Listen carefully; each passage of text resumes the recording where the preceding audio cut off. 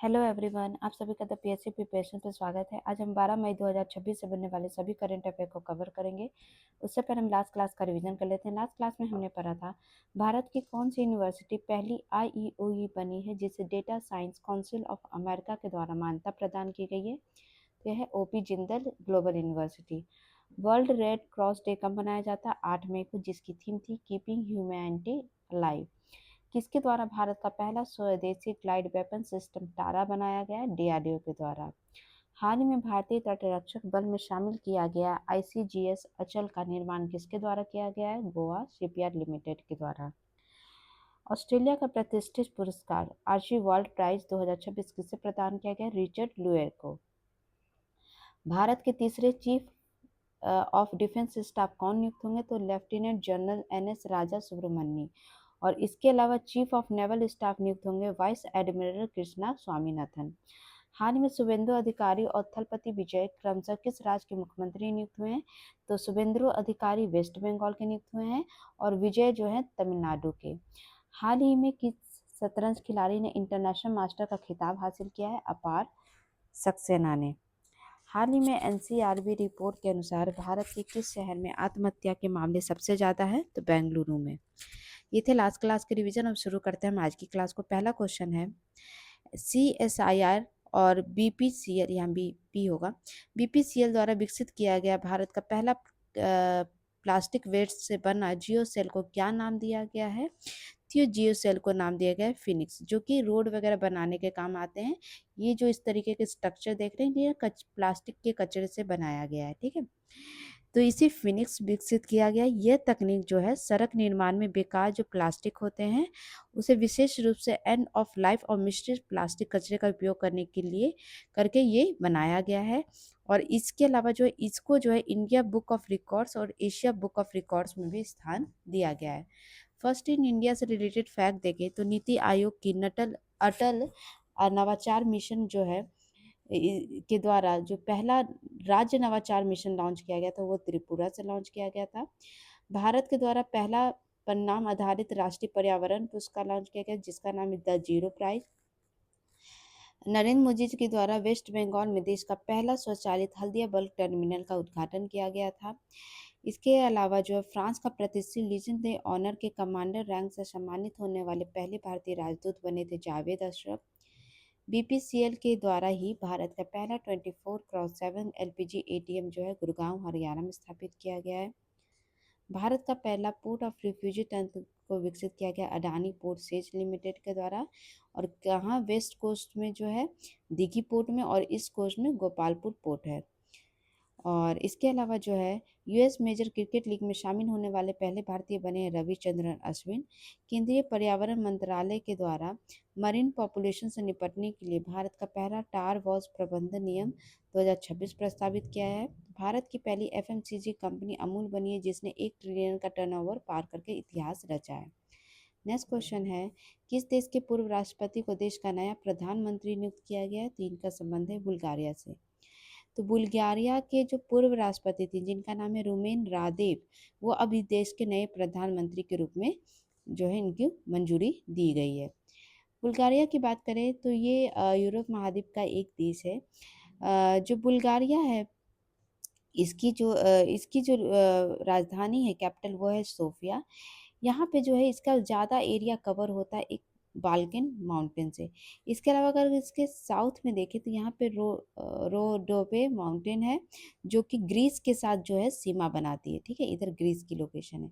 इसके अलावा इसके जो 2 माउंटेन और हैं, इधर है रीला माउंटेन और पिरिन माउंटेन।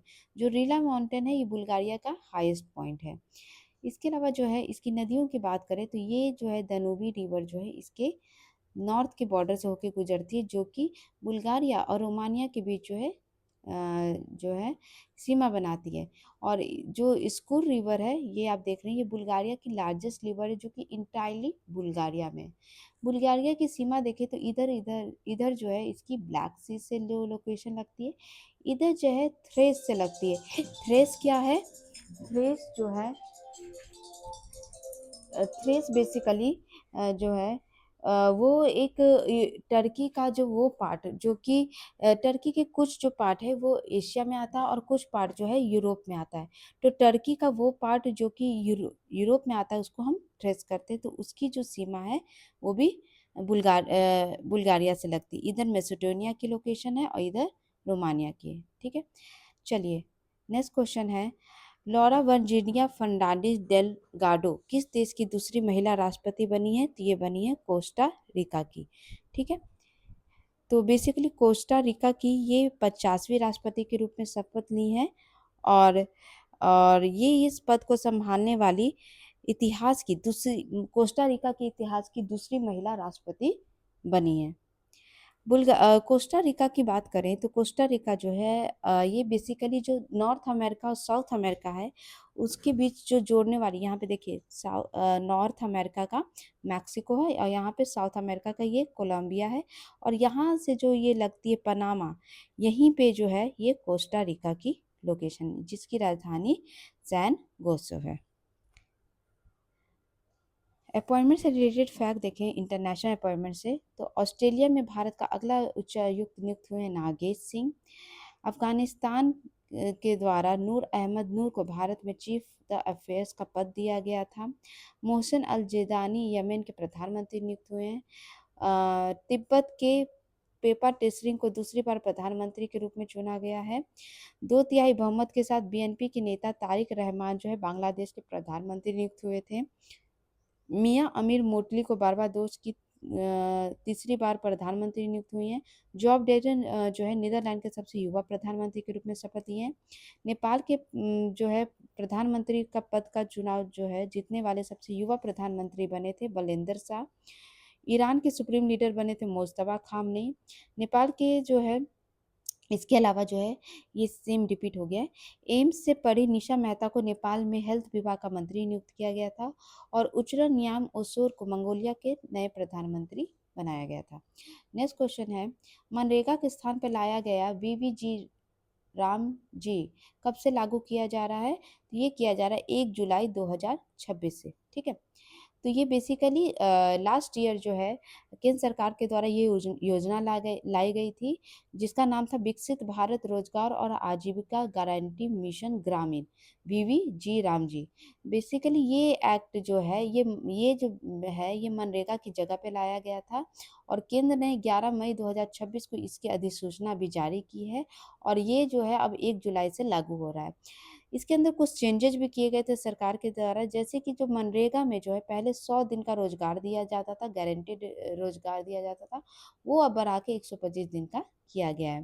फंडिंग की बात करें तो ये जो योजना है मनरेगा की तरह सेंटर स्पॉन्सर स्कीम है जिसमें राज्यों के लिए फंड का बंटवारा 60-40 रहेगा और पहाड़ी राज्यों के लिए जो है और केंद्र शासित प्रदेशों के लिए 90 जो है केंद्र सेंट्रल गवर्नमेंट स्पॉन्सर करेगी और 10% 10 जो है वो जो है यूटी है वो स्पॉन्सर करेंगे या स्टेट पहाड़ी जो राज्य हैं उनके। ठीक है, नेक्स्ट क्वेश्चन है, सीजीआई जस्टिस सूर्यकांत द्वारा शुरू की गई डिजिटल पहल को क्या नाम दिया गया है? तो इनके द्वारा एक नया डिजिटल पहल लाया गया है जिसका नाम है वन केस वन डेटा। तो इसके तहत क्या होगा, इस पहल का जो मुख्य उद्देश्य है कि देश की जो पूरी न्यायिक प्रणाली है उसका डेटा एक जगह एक प्लेटफॉर्म पे लाना ताकि अदालती सेवाओं तक आम जनता की पहुंच आसान हो सके। इसके तहत क्या होगा कि जितने भी सुप्रीम कोर्ट हैं, हाई कोर्ट हैं, जिला कोर्ट हैं या छोटे जो होते कोर्ट होते हैं जो लोअर लेवल पे कोर्ट होते हैं, लोअर कोर्ट तक की जानकारी एक ही डिजिटल जो सिस्टम है वहाँ पे अपलोडेड होगा और इससे जो है जो ये मॉड्यूल है जो सभी अदालतों के डेटाबेस से जानकारी को जो है स्वयं रूप से स्वचालित किया जाएगा और मामले का जो है ऑनलाइन वगैरह जो भी आपको डॉक्यूमेंट होगा वो सब ऑनलाइन ही आ जाएंगे। तो इससे क्या होगा कि जो डिजिटल सिस्टम आने से जो अदालतों की में केसेस वगैरह जो बहुत टाइम टेकिंग लगती है खासकर फाइलों और ये डॉक्यूमेंटेशन के कारण उसको जो है समय को कम किया जाने का इसमें मेन प्रावधान रखा गया है। इसके अलावा सीजीआई के द्वारा सुसहाय, ठीक है, सुसहाय नाम से एक एआई आधारित चैटबॉट भी लॉन्च किया गया और इसका विकास जो है सूचना विज्ञान केंद्र के द्वारा किया गया है।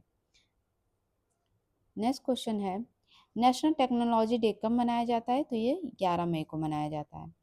तो 11 मई को बेसिकली ये मनाया जाता है। ये क्यों मनाया जाता है? क्योंकि इसी दिन 1998 में पोखरण सेकंड में परमाणु परीक्षण की याद में मनाया जाता है। बेसिकली 11 मई 1998 को भारत ने ऑपरेशन शक्ति के तहत परमाणु परीक्षण का शुरू किया था। कहाँ? राजस्थान में, पोखरण राजस्थान में। और इसके ये परीक्षण करने के बाद भारत परमाणु शक्ति संपन्न देशों की श्रेणी में शामिल होने वाला छठा राष्ट्र भी बना था। और इसके पर आप लोगों ने पिक्चर भी देखी होगी जो बनी हुई है। और इसका नेतृत्व किसने किया था? एपीजे अब्दुल कलाम। और उस समय के तत्कालीन प्रधानमंत्री जो थे अटल बिहारी वाजपेयी, उनके जो है अगुवाई में ये जो है टेस्टिंग की गई थी। और उसके बाद ही 11 मई को जो है नेशनल टेक्नोलॉजी डे के रूप में मनाया जाता है। हमने लास्ट टाइम जो है जनवरी का जो है इम्पोर्टेंट डे पढ़ लिया था। इस बार हम अब फरवरी से शुरू करें। वर्ल्ड वेटलैंड डे 2 फरवरी को मनाया जाता है। और 1 फरवरी को Indian coast guard day. World cancer day 4 फरवरी को मनाया जाता है, जिसकी थीम है यूनाइटेड बाय यूनिक। 10 फरवरी को वर्ल्ड पर्ल्स डे मनाया जाता है। International day of women and girls in science 11 फरवरी को। 13 फरवरी को world radio day and national women's day. और पहले गवर्नर जनरल के सम्मान में जो सी राजगोपालाचारी थे, उनके याद में 23 फरवरी को राजा जी उत्सव मनाया गया था। राष्ट्रीय विज्ञान दिवस 28 फरवरी को मनाया गया था, जिसकी थीम थी वुमेन इन साइंस कैटलाइजिंग विकसित भारत। 1 से 7 मार्च तक जो है ministry of chemical and fertilizer के द्वारा जन औषधि सप्ताह मनाया गया था। जीरो डिस्क्रिमिनेशन डे 1 मार्च को मनाया गया था, थीम थी people first. World wild life day जो है 3 मार्च को मनाई गई है। नेक्स्ट क्वेश्चन है, किस वर्ष शुरू किया गया 3 जन सुरक्षा योजनाओं जो है प्रधानमंत्री जन जीवन बीमा योजना, प्रधानमंत्री सुरक्षा बीमा योजना और अटल पेंशन योजना को 11 वर्ष पूरे हुए हैं। तो ये शुरू हुई थी 2015 में। तो बेसिकली 9 मई 2015 को नरेंद्र मोदी जी के द्वारा ये 3 जन सुरक्षा योजना लागू की गई थी। प्रधानमंत्री जीवन ज्योति बीमा योजना, प्रधानमंत्री सुरक्षा बीमा योजना और अटल पेंशन योजना। इसके 11 वर्ष अभी पूरे हुए हैं। ये बेसिकली ये योजना लाने का उद्देश्य था कि समाज के जो वंचित और असंगठित क्षेत्र के लोग हैं, उनको किफ़ायती बीमा पेंशन के माध्यम से वित्तीय सुरक्षा प्रदान करना। प्रधानमंत्री जीवन ज्योति बीमा योजना जो है, ये बेसिकली किसी भी कारण से अगर मृत्यु हो जाती है तो 1 साल का जो है जीवन बीमा कवर करती है। प्रधानमंत्री सुरक्षा बीमा योजना जो है ये दुर्घटना बीमा योजना है कि अगर किसी की आकस्मिक मृत्यु हो जाती है, विकलांगता हो जाती है, तो उसको कवरेज देती है। और अटल पेंशन योजना बेसिकली जो असंगठित क्षेत्र के श्रमिक हैं, जो वृद्धावस्था में वो काम नहीं कर पाते हैं, तो वृद्धा अवस्था में उनकी आय सुरक्षा सुनिश्चित करने के लिए जो है ये स्कीम लाई गई थी। और इसी स्कीम की जो पूरी डिटेल है ये यहाँ पे है। अगर आपको डिटेल में पढ़ना है तो आप यहाँ से भी पढ़ सकते हो। ठीक है। नेक्स्ट क्वेश्चन है, 10 मई 2026 को इतिहास के किस महत्वपूर्ण युद्ध के 169वीं वर्षगांठ मनाई गई है? तो ये था रिवॉल्ट ऑफ 1857, जो कि 10 मई को शुरू हुआ था। तो ये बेसिकली 10 मई 1857 को शुरू हुआ था। और इसे जो है इंडियन हिस्ट्री में फर्स्ट वॉर ऑफ इंडिपेंडेंस के नाम से भी जाना जाता है। और ये 10 मई 1857 को मेरठ से शुरू हुआ था कि जो और धीरे धीरे ये पूरे इंडिया में लगभग ऊपर नॉर्थ इंडिया में फैल गया था। इसके ये रिवॉल्ट होने के कॉज क्या थे? इसके पॉलिटिकल भी कॉज थे।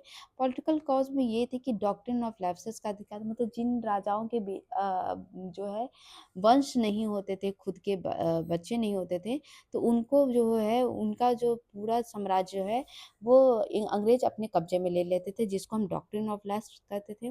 इसके अलावा अगर कोई राज्य अच्छे से काम नहीं कर पा रहा है उनके अकॉर्डिंग, अंग्रेजों के अकॉर्डिंग, तो वो उनको भी अपने कब्जे में ले लेते, जैसे सतारा, झांसी, नागपुर, बहुत सारे ऐसे अवध वगैरह थे। तो ये डिसरेस्पेक्टफुल और एग्रेसिव एटीट्यूड था ब्रिटिश का, जिसका जो भी इसका कारण बना था।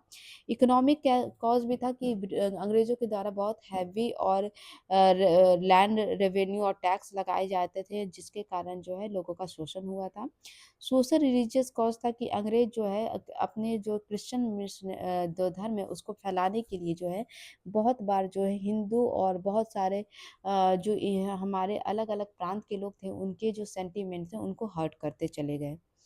इमीडिएट कॉज ये था कि अंग्रेज़ों के द्वारा एक नया इनफील्ड राइफ़ल जो है लाया गया था, जिसका कार्टेज को उसमें राइफ़ल में डालने के लिए जो उसको चबाना पड़ता था, और ऐसा माना गया था कि लोगों का ऐसा था कि वो जो कार्टेज है वो काऊ और पिग फैट से बना हुआ है, जो कि हिंदू और मुस्लिम दोनों के सेंटिमेंट को हर्ट कर रहा था, और इसी कारण से ये रिवॉल्ट मेन इमीडिएट कॉज बना था। इसके जो इम्पोर्टेंट लीडर थे, अगर हम बात करें तो मंगल पांडे जो थे, जिनके द्वारा जो है मेरठ से जो है शुरू किया गया था, और ये 34 बंगाल नेटिव इन्फेंट्री के थे, और इन्होंने रिवॉल्ट मेरठ से शुरू किया था। बहादुर शाह जफर, इनका जो है संबंध दिल्ली से था, और ये लास्ट मुगल एम्परर था, और ये जो है रिवॉल्ट के जो है मेन लीडर बनाए गए थे। रानी लक्ष्मीबाई जो है ये झांसी से लड़ी थी।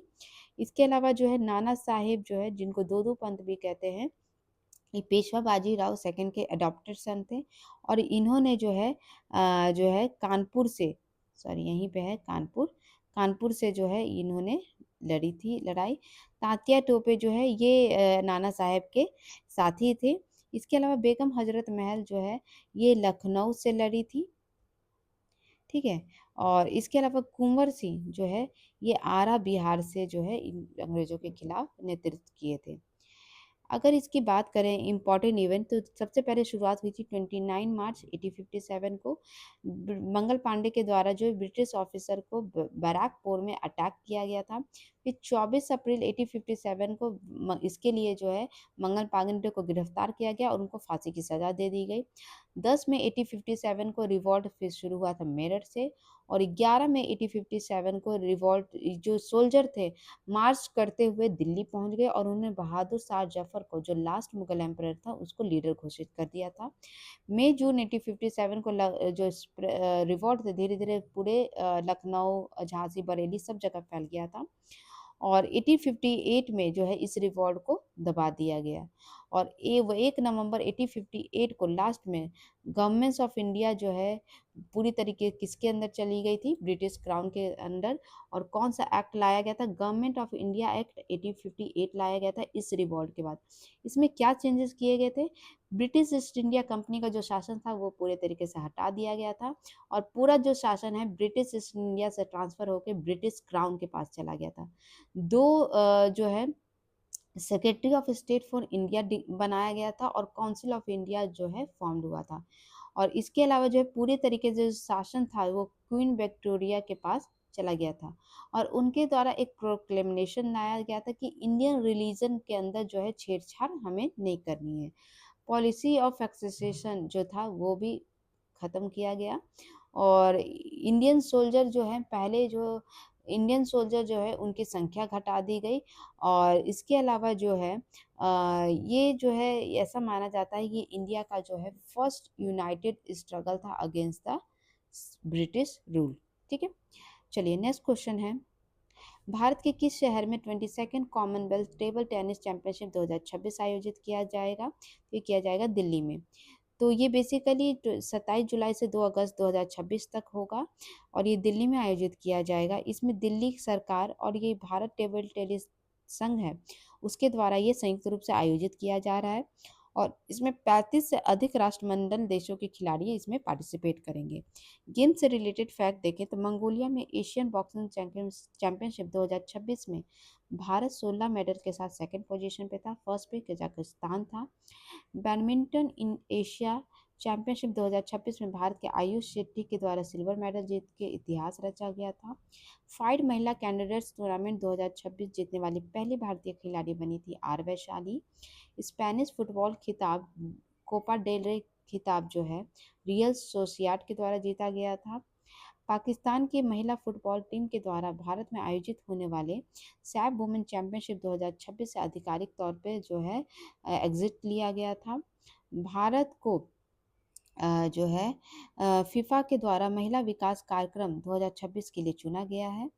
और मिस्र के काहिरा में IISSF जूनियर वर्ल्ड कप 2026 में भारत 16 पदक के साथ फर्स्ट पोजीशन पे था। इसके अलावा अफ्रीका महाद्वीप के शहर जिसका नाम है गैबोन बोस्टवान में पहली बार वर्ल्ड एथलेटिक्स रिले 2026 आयोजित की जा रही थी। डेनमार्क में जो है थॉमस कप और उबर कप हुआ था, जिसमें थॉमस कप 2026 के विजेता चाइना थी और उबर कप का साउथ कोरिया था। मार्टा कोस्चुगा ने मैड्रिड ओपन 2026 का महिला खिताब जीता है, जिनका संबंध यूक्रेन से है। मियामी ग्रैंड प्रिक्स 2026 जो है किमी एंटोलिनी के द्वारा जीता गया है। कल मैंने आपसे क्वेश्चन पूछा था कि केंद्र सरकार के द्वारा हाल में सुप्रीम कोर्ट में न्यायाधीशों की संख्या 34 से बढ़ाकर कितना किया गया है? 38। आज का क्वेश्चन है, किसके द्वारा DPI@2047 नाम से रणनीतिक पहल की शुरुआत की गई है? आपका ऑप्शन है आरबीआई, ईसीआई, नीति आयोग और सीबीआई। इसका आंसर आप मुझे कमेंट बॉक्स में दे सकते हो और इसकी पीडीएफ जो है आपको टेलीग्राम चैनल पे मिल जाएगी। और जो वीकली लास्ट जो वीक का हमने पढ़ा था उसका जो वीकली क्यूज था वो टेलीग्राम चैनल पे अपलोडेड है, आप जाके वहाँ पे क्यूज लगा सकते हैं जो आपके लिए काफ़ी हेल्पफुल होगा। ठीक है, तो ये थे आज के important current affair. I hope आपको क्लास अच्छी लगी हो, तो प्लीज़ चैनल को लाइक शेयर सब्सक्राइब जरूर करिएगा। Thank you so much.